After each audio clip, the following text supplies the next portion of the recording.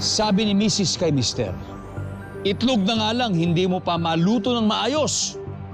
Ano kaya nangyari sa itlog? Joshua. Overcooked.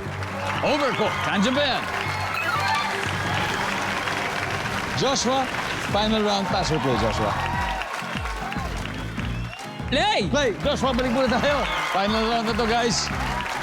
Sabi ni Mrs. kay Mister, itlog na nga lang, hindi mo pa maluto na maayos. Ano kaya nangyari sa itlog? Na overboiled.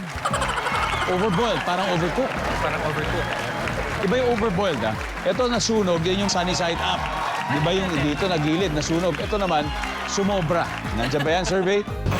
Wala. Almond, ano kaya nangyari sa itlog? Hindi naluto ng maayos ni Mister. Mabasag. Nabasag. Nandiyan ba yan, nabasag? Yan. Pwede. Happy, ano kaya? Sabi ni Mrs. kay Mister, itlog na nga lang, hindi mo pa maluto ng maayos. Ano kaya nangyari sa itlog? Hilaw. Hilaw. Nahilaw. Ibig sabihin, kulang. Kulang. Nahilaw. Okay. Kulang yung luto. Nandiyan ba yan? Pwede. Pare.